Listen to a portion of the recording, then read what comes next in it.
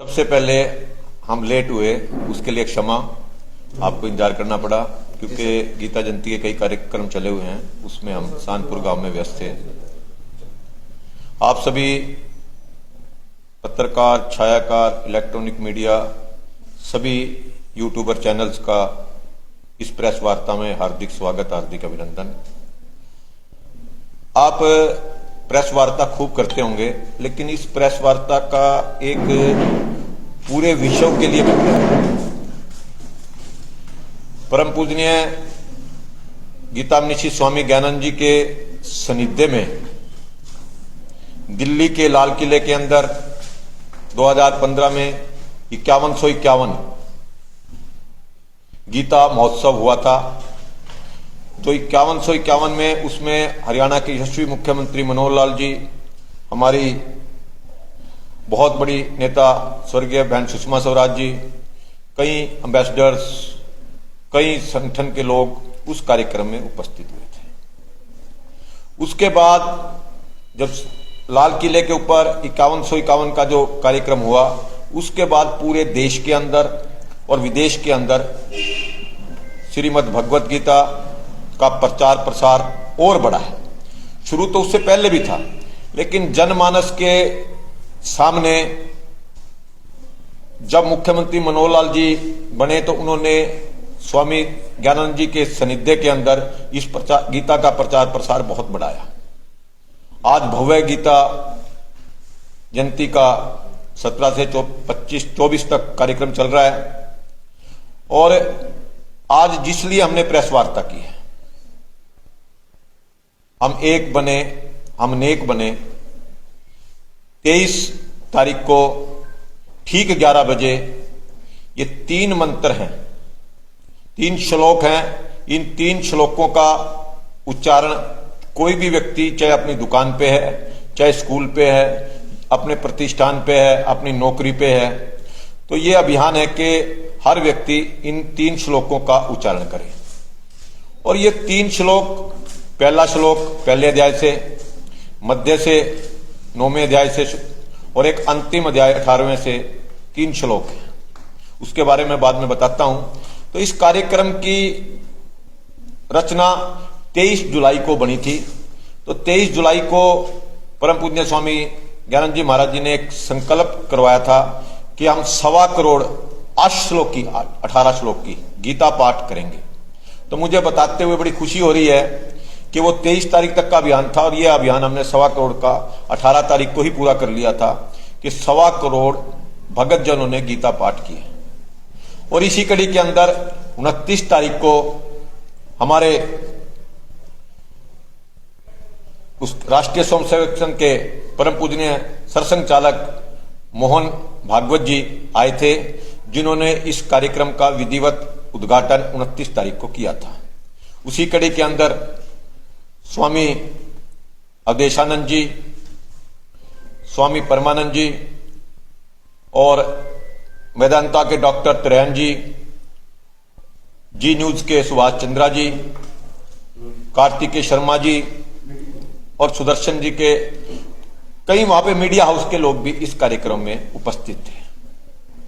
और उस कार्यक्रम के अंदर 1500 बुद्धिजीवी लोगों ने भाग लिया, जिसके अंदर काफी वीसीस और डॉक्टर्स की एक बहुत बड़ी संख्या थी और अलग अलग क्षेत्र से उसके अंदर लोग उपस्थित थे। मकसद सिर्फ एक ही था कि किस प्रकार से गीता का प्रचार प्रसार हो। स्वामी गुरुदेव ज्ञानानंद जी का एक ही कहना है कि गीता पढ़ने के लिए नहीं है, जियो गीता, जिसके हम मेंबर हैं। जियो गीता मतलब अपने जीवन में हम गीता को किस प्रकार से अपना सकते हैं, किस प्रकार से इसका जीवन जी सकते हैं और हम इससे क्या क्या सीख सकते हैं। तो इस कड़ी के अंदर ये कार्यक्रम पूरे देश में नहीं, पूरे विश्व के अंदर हो रहा है। आपकी जानकारी के लिए बताता हूं, परम पूज्य गुरुदेव के में हाउस ऑफ लॉर्ड्स इंग्लैंड के अंदर भी गीता स्थापित हो चुकी है। जैसे अपने लोकसभा राज्यसभा है, इंग्लैंड के अंदर House of Lords and House of Commons है। मुझे भी सौभाग्य प्राप्त हुआ इंग्लैंड में उनके साथ रहने का। ऑस्ट्रेलिया में, कनाडा के अंदर, मॉरिशस में, बहुत देशों के अंदर गीता प्रचार। और एक बात बड़ी आपको अजीब लगेगी, हमारे यहां गीता पढ़ना अभी ओपन नहीं है। इंग्लैंड की यूनिवर्सिटी के अंदर गीता सब्जेक्ट के रूप में पढ़ाई जाती है और गीता एक ऐसा ग्रंथ है जिसके अंदर 18 अध्याय हैं, 700 श्लोक हैं और ये कोई हिंदू का ग्रंथ नहीं है, ये पूरे मानव जाति का ग्रंथ है। अगर इसको जीवन में आप अपना लो तो निश्चित रूप से आपको इसका लाभ मिलेगा। आपको मैं कहता हूं जिस प्रकार मोबाइल के अंदर जब चार्जिंग खत्म हो जाती है, जब हम चार्जर लगाते हैं, कभी भी हमें कोई समस्या आए तो हम इन श्लोकों का उच्चारण करेंगे तो निश्चित रूप से हमारे को एनर्जी मिलेगी और उस समस्या को कम करने के अंदर ये योगदान होगी। तो इस कड़ी के अंदर हरियाणा सरकार ने भी सभी स्कूलों के अंदर गीता पाठ होगा 23 तारीख को 11 बजे सभी यूनिवर्सिटीज के अंदर। और मैदानता ग्रुप के डॉक्टर तिरन ने भी कहा है कि जितने हमारे 12,000 एम्प्लॉई हैं सभी वो भी करेंगे। इसी प्रकार जी न्यूज के और मीडिया जगत ने भी इसके अंदर भागीदारी अपनी सुनिश्चित की है। और मैं भी आपसे प्रार्थना करता हूं कि आप सफीदों का मीडिया जगत भी, सफीदों के भी आप जितने पत्रकार हैं, इस कार्यक्रम को आपने करना है, क्योंकि इस कार्यक्रम का एक मैसेज जाएगा। जब आप लोग भी करोगे तो एक निश्चित रूप से समाज को एक मैसेज मिलेगा। और इस प्रकार के कार्यक्रम से जो जागृति आ रही है, उस जागृति जो हिंदू समाज में लुप्त सी हो गई थी, बहुत कम लोगों के अंदर थी, वो आहिस्ता आहिस्ता जागृति आई है। और इस जागृति का परिणाम यह है कि हम अपने धर्म के प्रति आगे बढ़े। अभी 22 जनवरी को श्री राम मंदिर का उद्घाटन भी होना है, तो इस 23 तारीख के बाद उस कार्यक्रम की हम विस्तार से आपसे चर्चा करेंगे। तो अब तो मेरा एक ही आपसे अनुरोध है कि इस कार्यक्रम के अंदर हर जनमानस जुड़े। तो हमारा सफीदो उपमंडल के अंदर 12 गांव के अंदर मैं खुद गया हूं, हम कार्ड दे के आए हैं।